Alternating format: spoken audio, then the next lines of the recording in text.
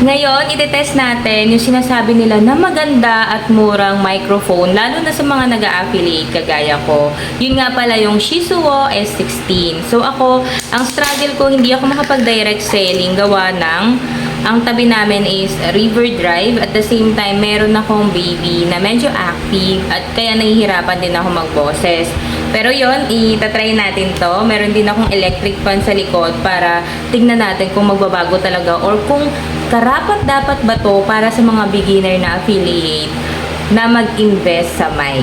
I don't know if may nabago ba dyan na sound sa end nyo, but gamit ko na ngayon yung Shisuo mic. Ang sabi dito is nakaka-lessen or meron siyang noise cancellation or reduction. Kaya naman kung bagong affiliate ka, maganda na mag-invest ka sa mic para makapag-direct selling ka na rin, makapag-boses ka agad kapag binivideo mo yung product. So, check natin kung gumana nga dito sa cellphone na gamit ko.